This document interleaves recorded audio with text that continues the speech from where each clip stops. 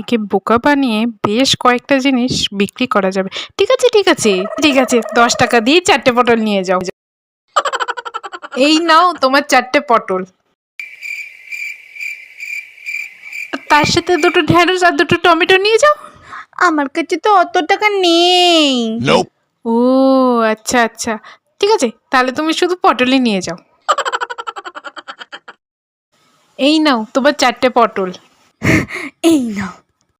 ঠিক আছে কাকা, আসছি। আবার এসো কিন্তু। হ্যাঁ, মা আজকে খুব খুশি হবে। আজকে আমি বুদ্ধি করে সস্তায় পটল কিনে এনেছি। মা, ও মা, দেখো আমি পটল নিয়ে চলে এসেছি। মা মা মা, জানো আজকে না আমি একটা বুদ্ধি করে পটল কিনে এনেছি। হ্যাঁ তাই? তা কেমন বুদ্ধিটা করলি শুনি?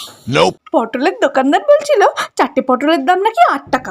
তখন আমি তাকে বললাম, বললেই হলো, আমি জানি সবসময় 4টে পটলের দাম 10 টাকাই হয়। সেই জন্যই তো আমি তার থেকে বুদ্ধি করে 10 টাকায় 4টে পটল কিনে এনেছি। কি কি করেছিস?